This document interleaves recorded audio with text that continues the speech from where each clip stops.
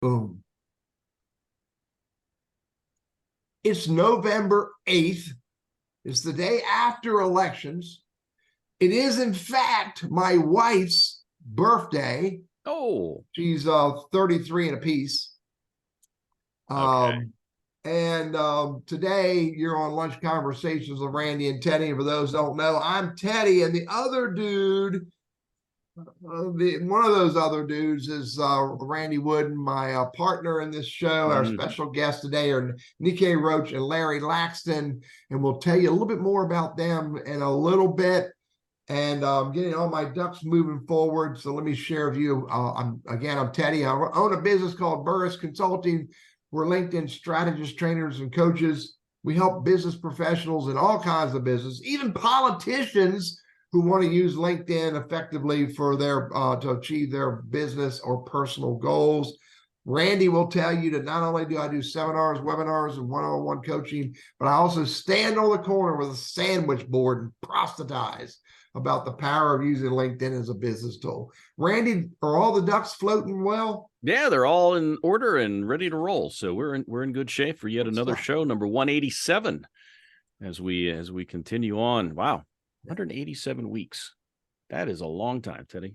Good stuff. Hey, Randy Wooden with Goodwill Industries of Northwest North Carolina, director for the Professional Center. Yeah, Goodwill has a professional center right here in Winston-Salem. Got clients across the country, but most of them are right here in our backyard in the Triad, and certainly ready to help folks with their job search. And who knows, we've got all kinds of different industries, functions, and whatnot that I deal with. So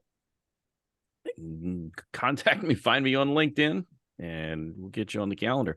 Every Wednesday, Teddy and I get together. We learn some pretty cool stuff. And so we're going to have no exception this time. It's Veterans Day coming up on Saturday, the 11th. And so we thought it might be nice to have a special look at the lives of two veterans. And we're going to talk about their why for getting in the military in the first place, some of the things they've learned, some of the brotherhood, some of the kinship, the fraternity, if you will. Some of the challenges that veterans face as they transition, and some of them kind of hesitant to ask for help. So we'll try to provide encouragement, resources. If you're a vet, you're watching, or you know someone that is that maybe could use some assistance, it's there.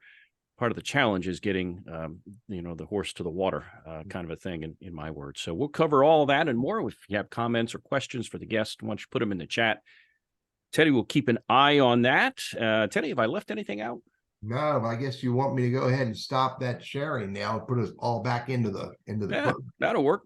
Yeah. So I'm going to briefly introduce both of our guests and ask each of you to maybe just tell a little bit more about yourself, maybe what you do for work, that kind of thing. And then we're going to dive into the why did you join the military thing. But first, let's introduce Larry Laxton. Larry is a Vietnam era veteran in the Army.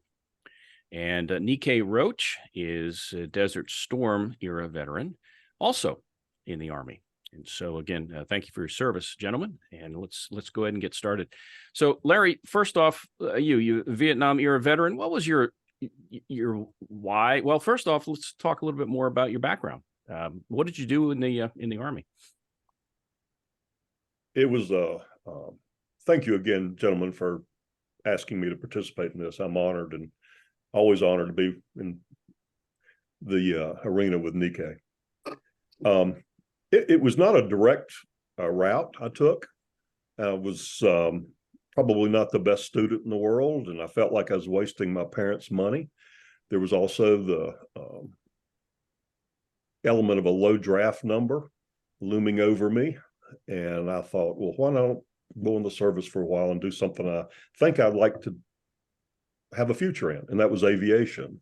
So I enlisted for fixed wing aviation, and of course they said sure, but this is after I went and did the Navy test to become a Navy airman, and yep. I passed it, and but they wanted me to sign up for 6 years, and when you're 19, 20 years old, 6 years is a terribly long time. And my dad reminded me that most of the POWs in Vietnam were Navy airmen.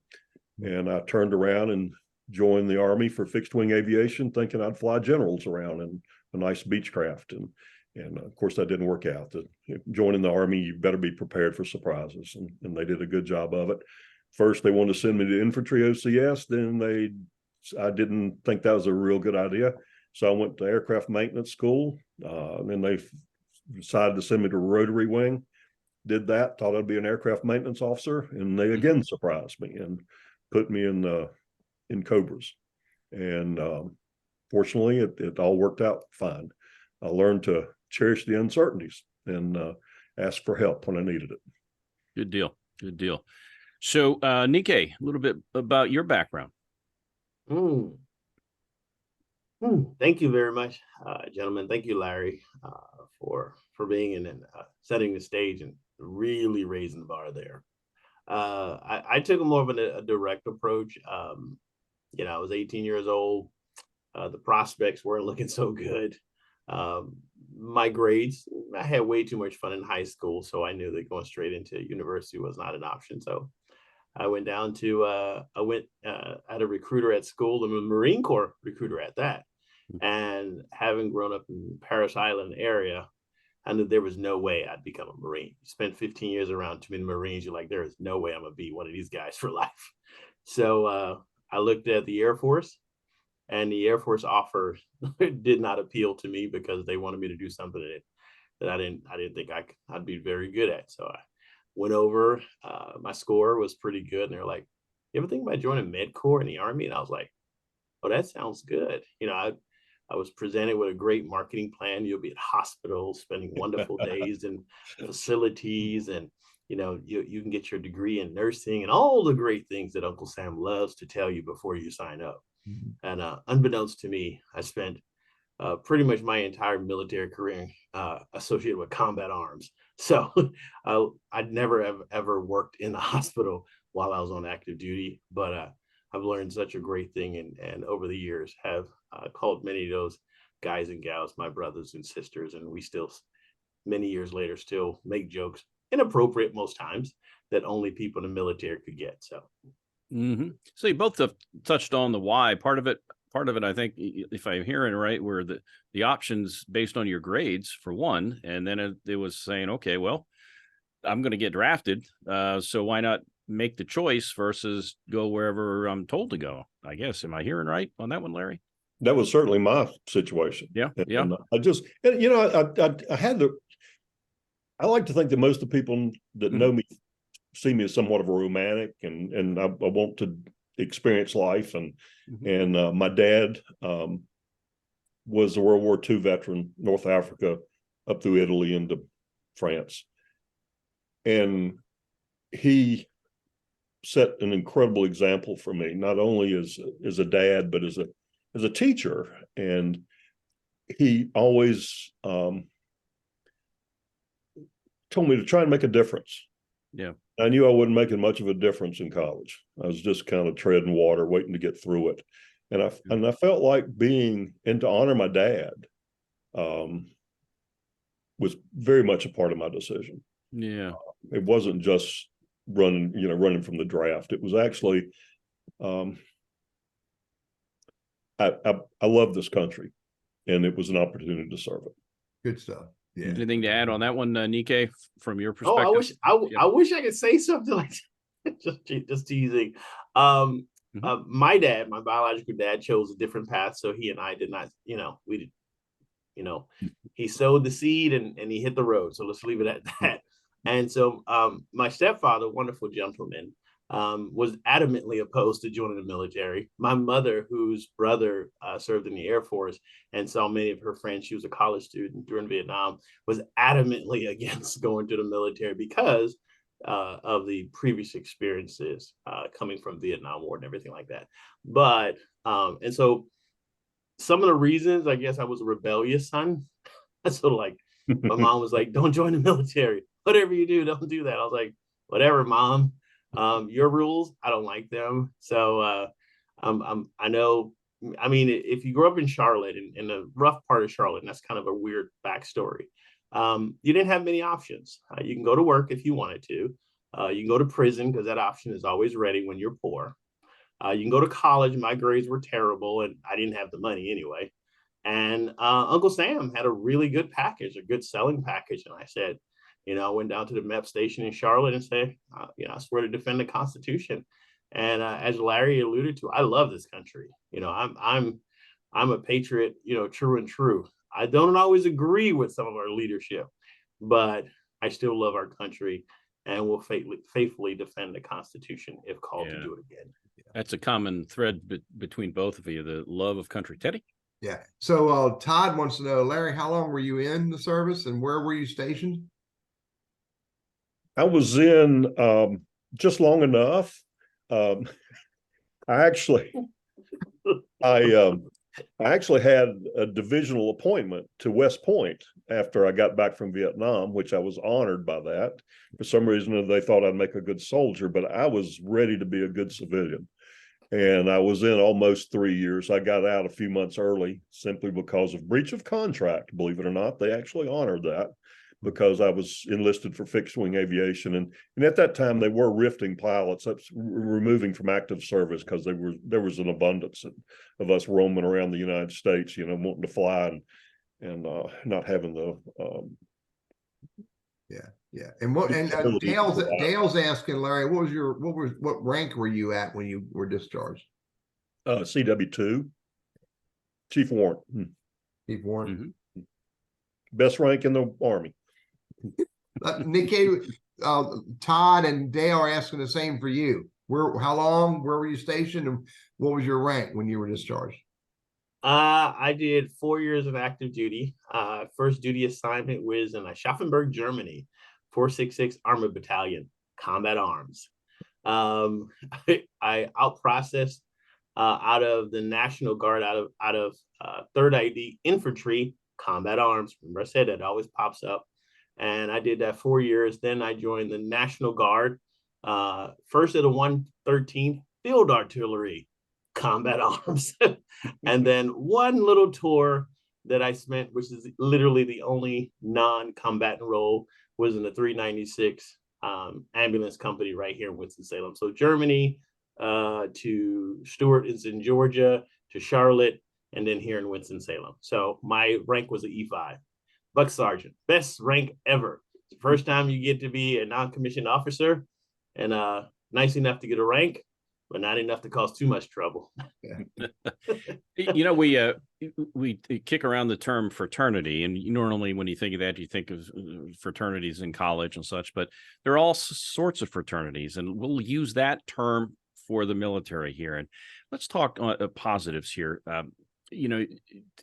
I've not served, so I'm speaking as an outsider. I have a son who's had been in the Marine Corps. My dad was an Air Force reservist, and others in the family had served.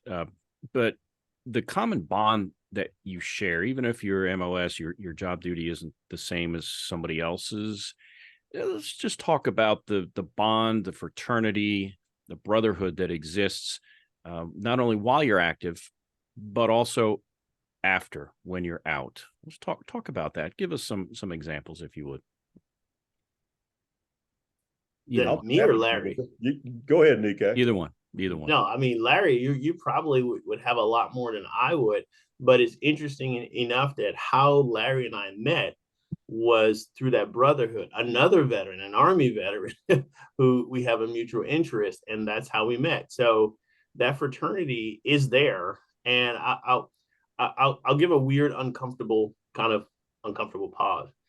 I remember I was in some rural part of North Carolina, and looking like me, okay, some parts of North Carolina gets a little frisky, kind of stuff like that. And I walked in there, they looked at me, one of those movies, you walk into a saloon and everybody looks aside. Who is this guy? And why is he in, the rural parts of North Carolina? And I walked in there and they realized I had an emblem or hat on. I can't remember what it was. And I had that I was a veteran, and everything just kind of went to no. They were like, oh, he's a veteran. Oh, I'm good. No matter what quorums I had with him. And I noticed that talking to other veterans, no matter our disagreements and something like that, or whatever, we do have these disagreements.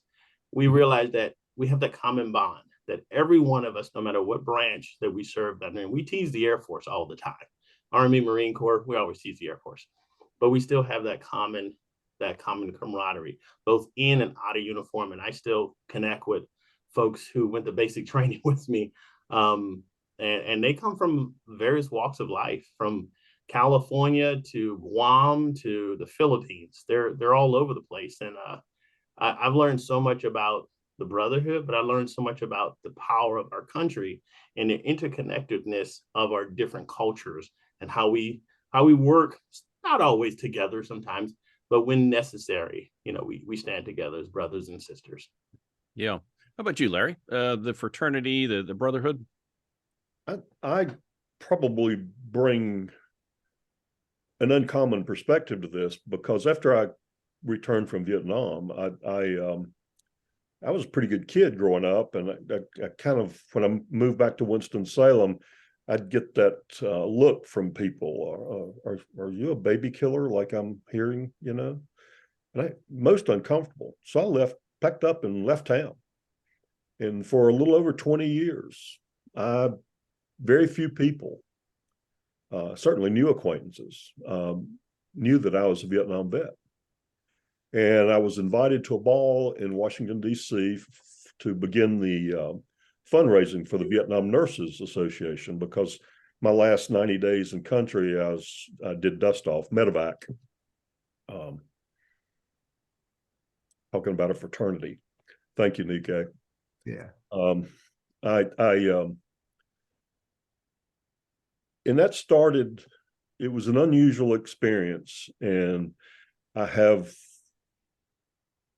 so much gratitude for those that stepped up and helped me be proud of my service. And after that, I wore it with honor, where before it was just like, that was then, this is now. And as I began to meet people, that fraternal bond was, it's beyond reproach. It's an incredible sense.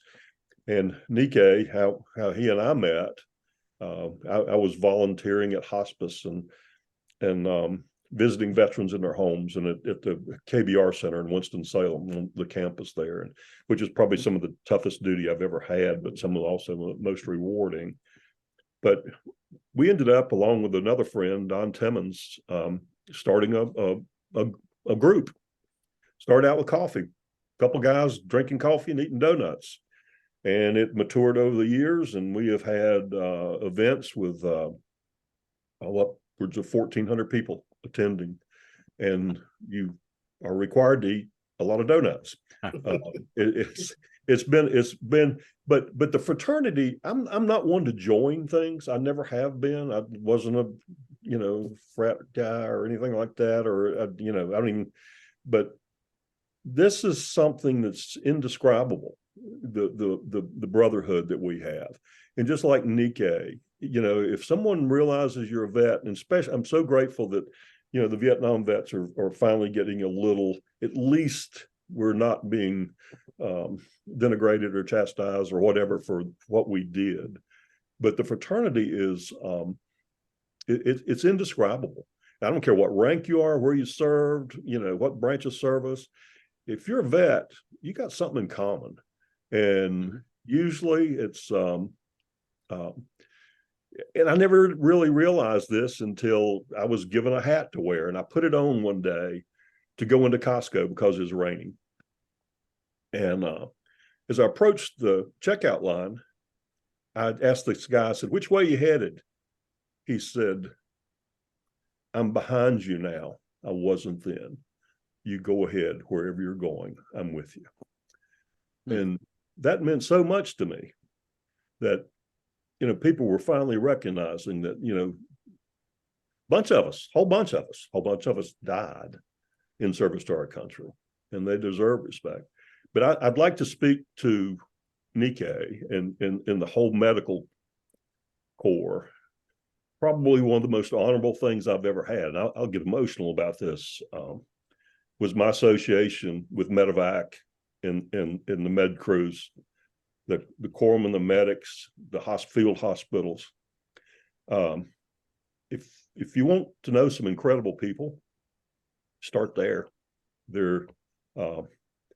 I've seen them do things that I'm just grateful to know someone, and Nikkei is at the top of that list. There's a good man. There's a corpsman that served his country well. And I'm just honored to know him for a number of reasons. He's a good dude.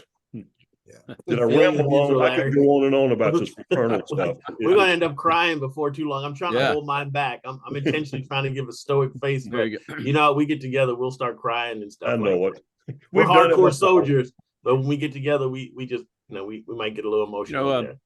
Larry, you mentioned the stigma attached with the Vietnam era, the baby killer phrase, and just people that really were not accepting of you when you came home. Nikki, let me ask you, Desert Storm, a different vibe. I think, you know, it was like, let's go bust these guys' heads. And at least in the US, largely it was. So did you face any kind of negative backlash at all when you came home?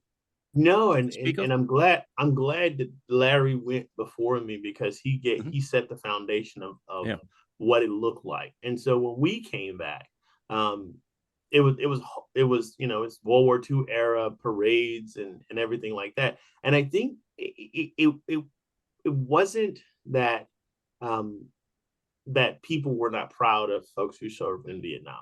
It was that sometimes they didn't feel that they could go out and say it and actually stand up and be out there and support veterans, because it was a tumultuous era. And even if you did go out there, you know, you might be ridiculed. And I think the country as a whole was looking for something to feel patriotic about. That there was no major great, I mean, I won't say there weren't any major great, but there weren't any major land battles or major wars between Vietnam. I mean, there was Beirut, of course, and there's various other Grenada and various other skirmishes. I don't want to call them skirmishes, but different smaller interactions. But by the time the Gulf War came around, you know, the country was looking for that that support, that we want to get behind the veterans a lot more. So I was invited to go to a ticker tape parade in New York. I declined that because I just don't like crowds too much. So, and there was a couple other things that, you know, I was invited to speak to classrooms and about the experience. And so it was vastly different than Larry's experience. Like, and I can only imagine Don Timmons, who Larry brought up, gives a beautiful assessment of when he came back from Vietnam. He took off his uniform and he told nobody, not even his own family members, that he was even in the military, because of just the personal hurt that he felt, not only from the country, but, you know, some personal contacts. Yeah. Wow. So Teddy. So Gloria dropped in the chat that she says, I probably remember you, Nikkei, because she spent 12 years of medic in the 396th. Yeah. I'm pretty sure we served together, because we were here in Winston-Salem. So I looked at that. I said, yeah, we probably did serve together, because I was like, and in the military, we're known for knowing people's last names. And it's ironic, you can serve with somebody for many, many years and never know their first name was Eric, because you only go by your last name. If I may, that's one of my big regrets. I think part of my, we'll call it repression of, you know, the experience. I do not remember names. I remember call signs and things like that. But there's so many people that I would love to get in touch with, people that meant, I mean, you couldn't imagine having a closer relationship when you're in a situation like we were. But I can't remember their names. And it's truly one of my life's biggest, I wish I could wave a magic wand and remember these people and get in touch with them. Yeah. Are there resources out there, databases, It access probably to? is. It's like, Again, just like you can look up your relatives, you know. Yeah, I'm sure it was history. some effort, but I prefer not to. Oh gosh, how am I going to go here? I've had a chapter in my life where I've had to kind of hide behind a tree as an operative for the Marine Corps, actually. And I choose not to expose myself too much. So that's one reason. I'm probably going overboard here by doing this with you guys, but I'm going to go down a hole here. Let me just say, I probably will one day go to those efforts to find out who was in my unit. in Vietnam in particular, because it was a bunch of young men, some of the most selfish, selfless, brave, and probably just crazy enough men you'd ever want to meet. If there was a job to do, to get it done, they stepped up. And the stories I have, or the memories I have, everything but the names, are something I'm incredibly proud of. Yeah. Yeah. And a lot of these guys are 18, 19, 20 years old. Oh, yeah. Yeah. I was an old guy, in most of the pilots were, 21, 22. And it was just an incredible bunch of men who put a lot of things before their own welfare. Mm-hmm. And if someone was in trouble, we saddled up. And I'm really grateful for that experience. It also taught me how to be scared and, ask for help. In my experience, I don't mean to go down this hole, but my faith was strong before I went, but it was reaffirmed multiple times in combat. Yep. By the way, we're talking to Larry Laxton. Larry is in the white shirt, Nikkei Roach in the blue shirt. Both are veterans both served in the Army. Nikkei during the time with Desert Storm and the Vietnam era for Larry. So if you have comments or questions for our guests, put them in the chat. We're celebrating and recognizing veterans. And Veterans Day is coming up Saturday, the 11th. And so we want to make sure that we get word out about that. But yeah, we're talking stories here. We're going to pivot for a moment. Teddy, I know we've got our half-hour break coming up. But let's talk a little bit about the transition to civilian life, some of the challenges that you faced, and maybe some of the tools at your disposal that you utilized, whether it's the interpersonal skills, it's the specific training. I know, Nikkei, in your case, I mean, with you being involved in physical therapy and such, so understanding that the body, so your job there directly had impact or helped tee up what you do in the in the corporate world. But let's talk that transition, and we can take it any way you'd like to, but we'll take it for a minute or two and jump in with Teddy's halfway break. So transition to civilian, what went through your mind, and that thought process of saying, okay, well, that chapter's closing. What's next, Hotshot? What are we going to do? Who wants to tackle that one? I'll give it a shot. Yeah, give it a shot. There was indecision when I came home, and like I said, I roamed around the country for a while just out of curiosity, if nothing else.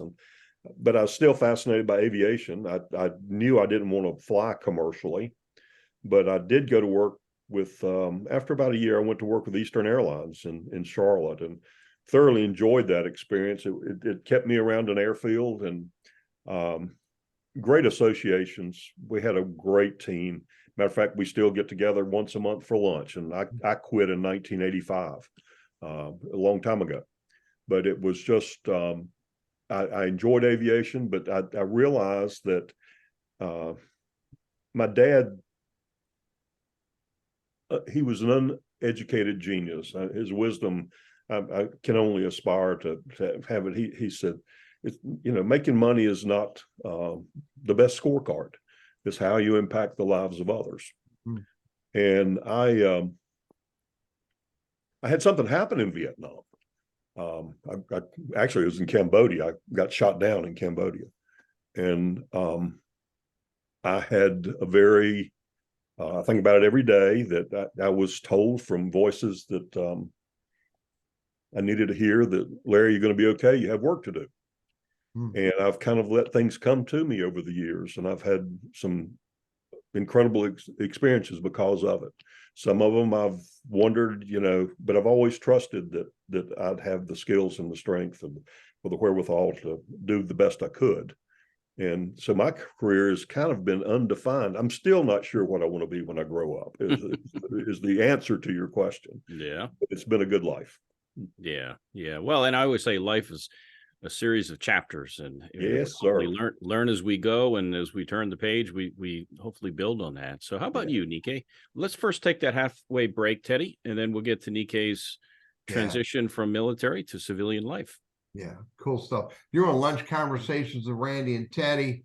Our special guests today are veterans Nikkei Roach and Larry Laxton. The conversation is basically what's the life of a veteran, and we're getting some really poignant perspectives and insights that we're grateful to hear about as we celebrate what does it mean to be a veteran, and celebrate all the veterans in our lives in our country who have helped us.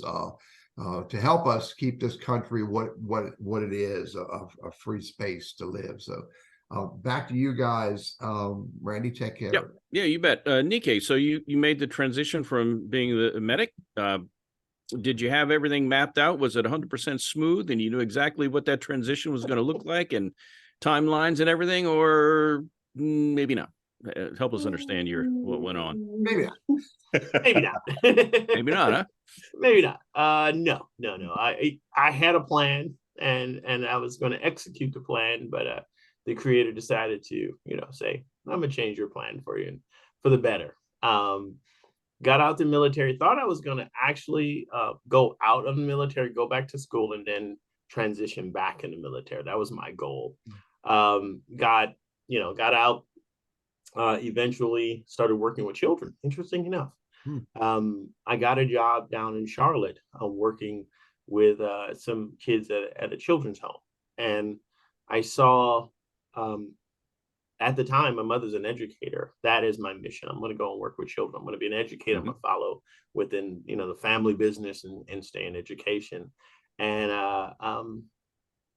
it sort of took a weird route. I started working in school, teaching kids, had a great time. Some of the kids I see who are like, 3 and 4 years old, they're now adults and have kids themselves, which is a little interesting because you've seen people that young and now they're having kids as young as you used to teach. Yeah. It's one reached out recently, but transitioning out of that into the healthcare, into the massage therapy, holistic medicine side felt like a natural progression, but it's still in the works. I get easily bored, if you will. So I tend to have multiple things going on just so that I can maintain the sanity. And then the odd part about it is, with the exception of the GI Bill, I did not touch anything veteran related until about 2018. That was it. Didn't go to any veterans parades, did not take advantage of veterans benefits, did not do anything. Just thought I didn't have anything until our fraternity of brothers and sisters. As a matter of fact, it was an Air Force person who served with Air Force non-commissioned officer served with Norman Schwarzkopf, who sat me down and said, there are some things that you need to work on. There are some issues that I adjusted, to because of the combat experience. And, when you see blood and guts, it does something to you in your head. And I just adapted and overcame and tried to kind of massage my way into it until later on I realized those adaptive behaviors aren't normal. Okay. You probably need to go and get some help. And so fortunately, I was able to work into that. And so I have a beautiful wife and wonderful boys, and I get to hang out with some really interesting people throughout my day, week, month, and year. And so I continue to see how my life evolves coming out of the military. You mentioned kind of the mental aspect, some of the gruesome things you've seen and situations you've been in, both of you. I mean, you were shot down, and I mean, just all the things that I imagine that can flash back and such. And so PTSD comes to mind, and what I'll call the entire mental health and well-being sort of thing. How prevalent is that? I mean, are you seeing that more and more? Is it people just now becoming more aware of it, like you have become recently? How common is that whole, I can't get this out of my mind, or I carry that baggage with me? I'd like to address that. Same situation with Nikkei. I never participated in anything with veterans, and I've always felt honored to shake another vet's hand and things like that. And until this group started getting together, and everybody said you need to sign up at the VA for at least for your prescriptions in the future, whether you want it now, da da da da da. So I did that, and I ended up getting a really nice primary care doctor whom I'm seeing tomorrow. Looking forward to it. But it's interesting because this group that came together out of Winston-Salem, sponsored by hospice, I became so many people were asking me for help. Mhm. Where do I go for this? What do I need to do here? Where, it was just part of my, matter of fact, I was slowed down eating donuts because I had to answer all these questions from all these people. And so that got my attention. So I went to the VA. And I walked into the chief administrator's office, and I said, here's what my situation is. I have all these people asking me for help. I need some help to give a proper answer, one that won't send them down a ditch somewhere. And they decided to put me through all the testing that they give for people. And I thought, well, that's a great idea. At least I'll understand that. And I became really good friends with most of the people in the psychology area. And one of them, the chief, called me one day and wanted to meet me for lunch. And I said, sure. We both like hot dogs. And he said, we have determined that you have severe late onset PTSD. And my response was immediate and rather maybe profane, not just profound, but profane. And he said, no, but you've got the best coping skills of anybody we've ever seen. And I said, well, that makes me feel good, I think. But I've always wanted to take the things that I dealt with in Vietnam and translate that into strength that I have to deal with the fact that, okay, I can do tough things. I can do hard things. I'm not going to be stumped by many things. I'm not going to let the world beat me. And that's the way I had gone through life. And then I refused to accept the diagnosis for about a year. And they finally I finally decided to accept it. And I feel that's another story. I won't go there now, but there is PTSD. There's no doubt about it. It can take many forms. I'm just not a person that readily accepts a crutch. I'm not a good guy, and I got an excuse for it. That's not something that sits well with me, and I'll get in somebody's face in a heartbeat when they try and handle that to me. But PTSD is a lot, and it's surprising. I mean, I think about experiences every day, but again, I like to think I can take strength from it rather than, all right, give me some medicine and, send me a check every month. That's not something that I deal with very quickly, easily. But it's there, and sadly, it's ruined a lot of lives. A lot of people, drugs and alcohol they use that as a crutch. Yeah, but it's hopefully they're learning there's techniques that are being applied now that I think will make a big difference in the future. So So how about you, Nikkei? Any thoughts? People you served with? This whole the mental health aspect of having served. Yeah. Sort of I alluded to that a little earlier. My uncle, one of the interesting thing about my uncle serving was PTSD, if you will, or mental health or shell shock. Back in the old days, it was called shell shock. Yeah. Back in probably Larry's dad's day, it was called shell shock. Okay. It didn't become PTSD until later on. And we sort of realized that it's an issue that all veterans, no matter if you served in World War I, World War II, Civil War, pick a battle, they all had a way. And back in the old days, it was either alcohol or some heroin. That was the coping mechanism, and VA didn't stand up a lot of treatments for that side. But coming back into my generation, not quite the younger generation coming out now, it pops up in some of the oddest places. Yeah. it pops up. And one of the good things about actually interacting with help is that you can spot it. It's sort of like it'll sneak up on you. It'll creep up on you like, whoa, okay, it's sort of like, okay, I'm getting at that edge or something like that, or I need to do something, or I need to be around people, or I need to go for a walk. I need to do something, go to the beach, go to the mountains, pray, meditate.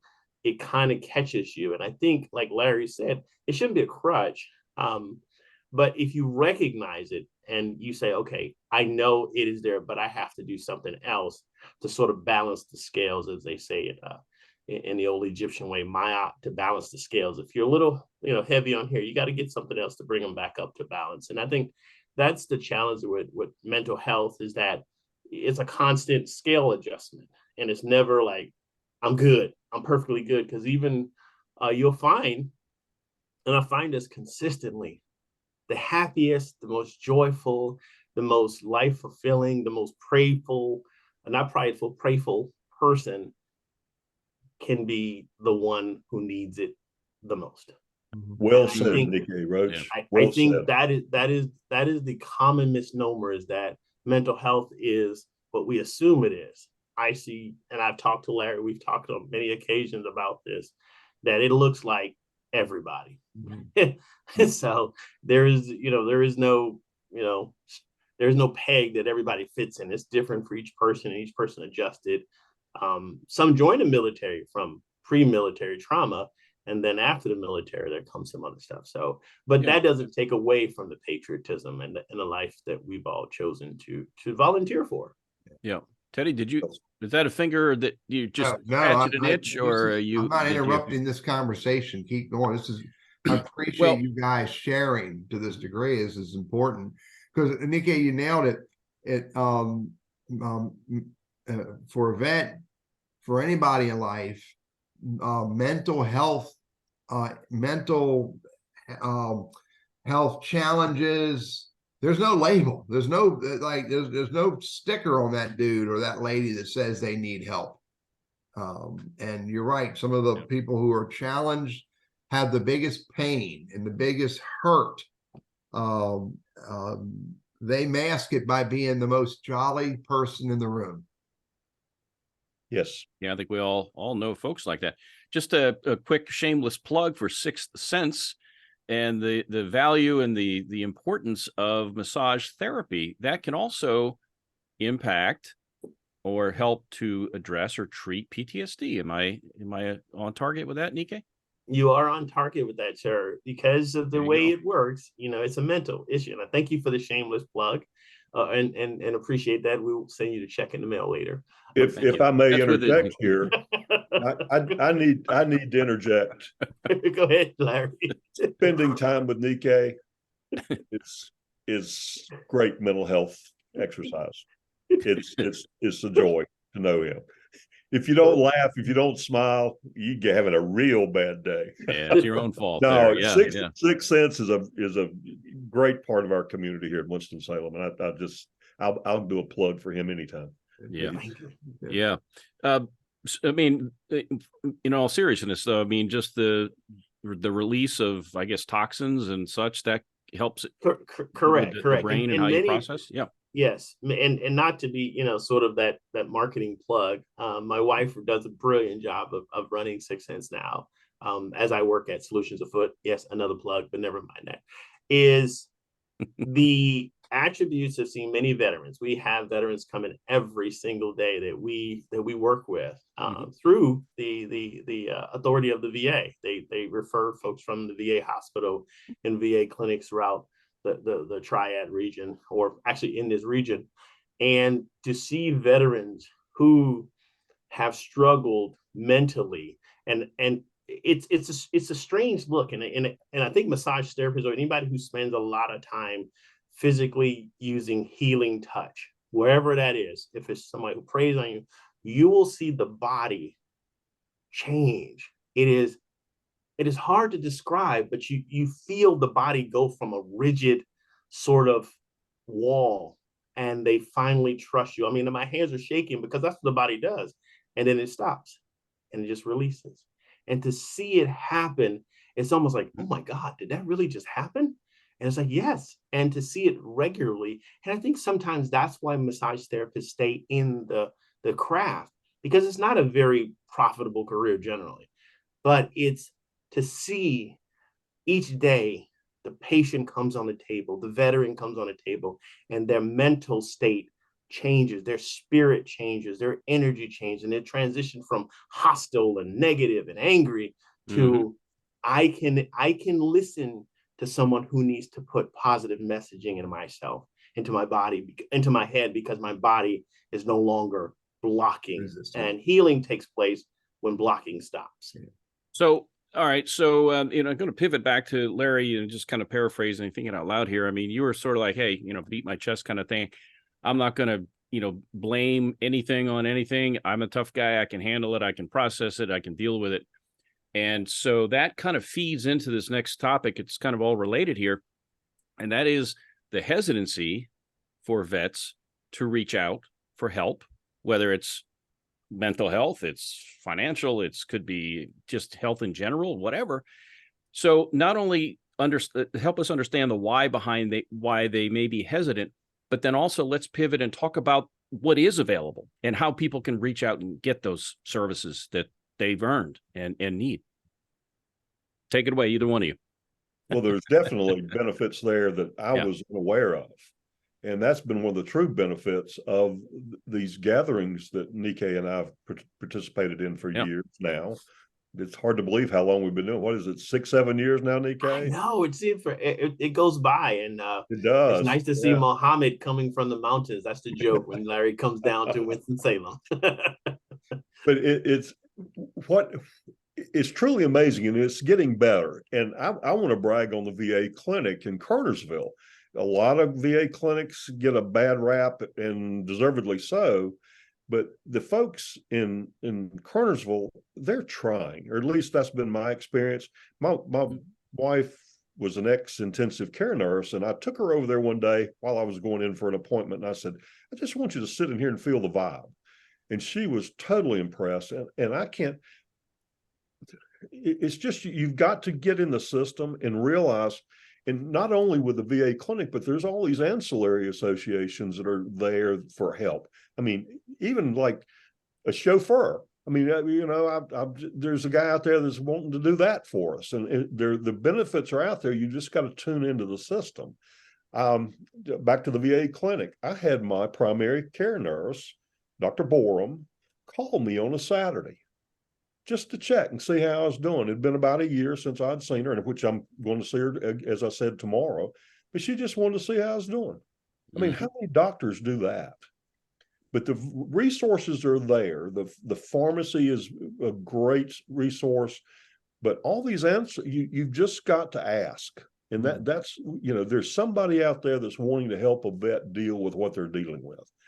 And I'm one of those vets, and Nikkei is one of those vets. If we can help, we'll take you by the nape of the neck and say, hey, get this done. It's there for you. And I'm Nikkei and I both have had incredible experiences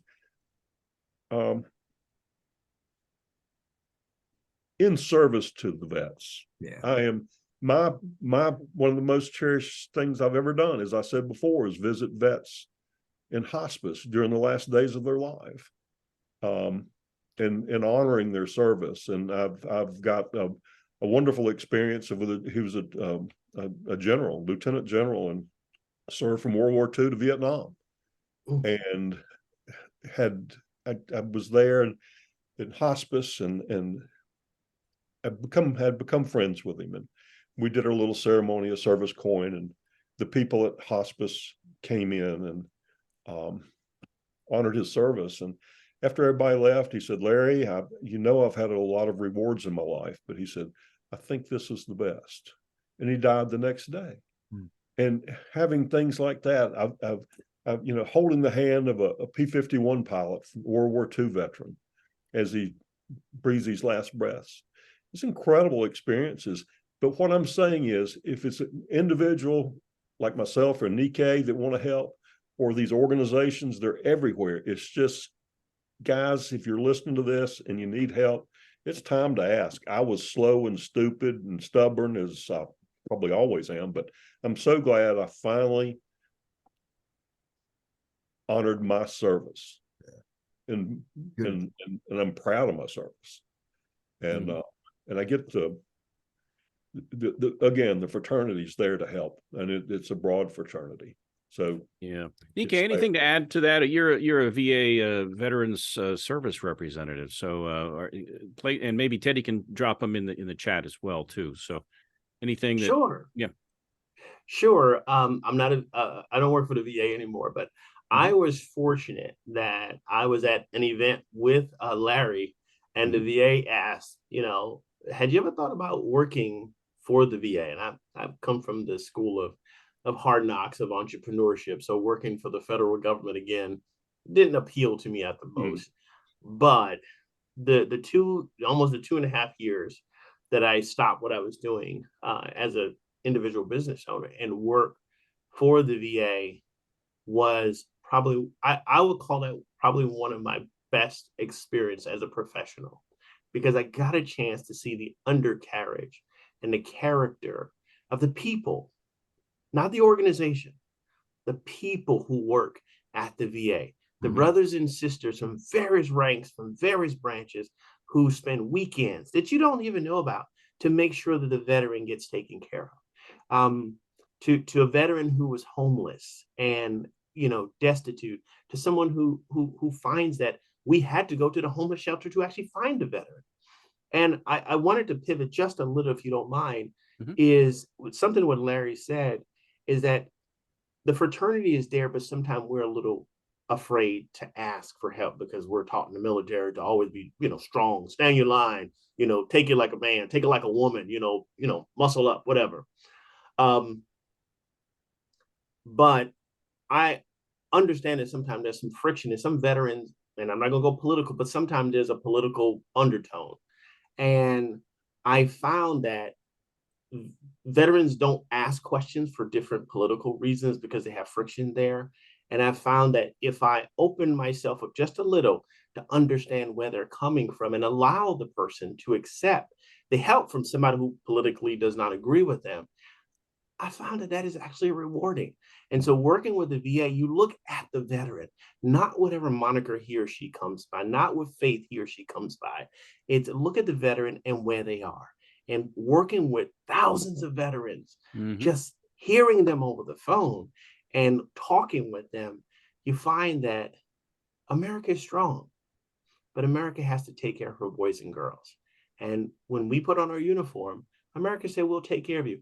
And that's the oath that every VA employee takes, is that I will take care of that mother, that son, that brother, that uncle, that grandfather, that grandmother, whoever she is or he is. I'm here to serve you. And that's what I learned working for the VA. Interesting. Hey, we've got about 7 minutes left. We want to save the last minute or so for us to mention our next week guest. But a couple things to toss your way here. Veterans Day is Saturday, the 11th. You've been exposed to various Veterans Day events and such. So what does looking back, I guess, reflecting a little bit, what does Veterans Day mean to you? The significance for you personally, maybe for your family? And again, take this any way you want. Try to, keep it into about maybe a 2-minute little blurb here, time-wise. Nika, you want to take a run at that? What does it mean to you, Veterans Day? Until recently, not much. I'll be perfectly honest. But now I see Veterans Day as a significant appreciation that our country gives the opportunity to set aside. And Memorial Day, it is to me the motherlode of celebrations in our country. But the Veterans Day to me is a day that I sort of still struggle with.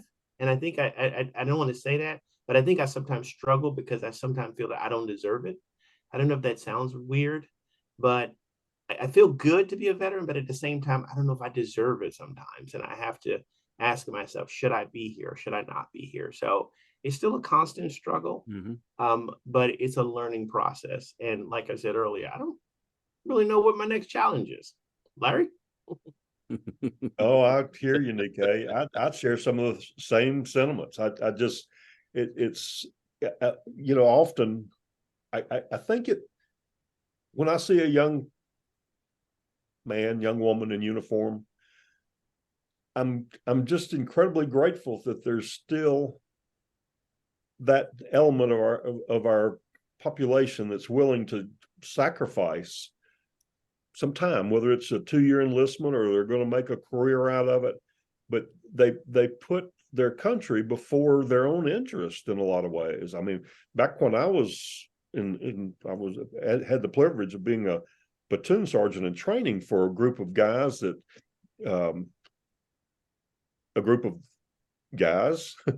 that were told either you go in the Army or you go to jail, and that was their choice. Mm-hmm. It was a different time.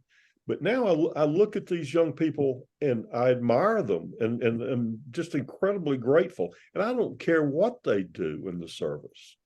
They've given, they're actually some people that enlist to work in a laundry.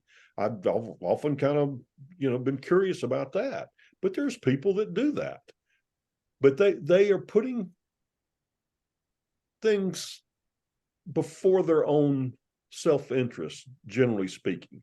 It's a sacrifice being in the military. It's in an extension of that, the families of people that serve, especially the wives of guys in the military, especially in the lower ranks, it's a struggle. And it's a time of gratitude for me. But like Nikkei said, it's just like, I'm not sure, I'm proud to be a veteran and it's part of who I am. It's part of who I'll always be. I'll take strength from it, but it's not, I don't really feel like it's part of me. And if I may, I don't know if you can see this or not, guys, but this is my dad in World War II with his dog. That's my veteran. Yeah. But it's a good day. I'm glad the country sets aside a day to do that. And I think it's a very personal thing for everybody. But I so agree with Nikkei in his perspective on this. Any last words of encouragement, takeaway? We always ask our guests if you have a quick takeaway you'd like someone to remember. Again, Nikkei, we'll start with you and then Larry, but think about it, advice, words of encouragement, the takeaway, that kind of thing. When I guess if you served or you are a patriot, if you're in those different parts, take part in veterans events, and stuff like that. Just get involved. I have folks who donate whose family have, and when I say zero military in their family, but I find that these folks, these patriotic Americans, do so much for veterans that I have to ask, do you have veterans in your family? What made you do this? It's like, I always had I didn't have that desire to be in the military, but I had a desire to support veterans. And so I feel honored that those folks are in our community for veterans, because we need them. Our brothers and sisters out of uniform who did not serve. I thank you for your service to our nation and to continue to serve our community outside of uniform.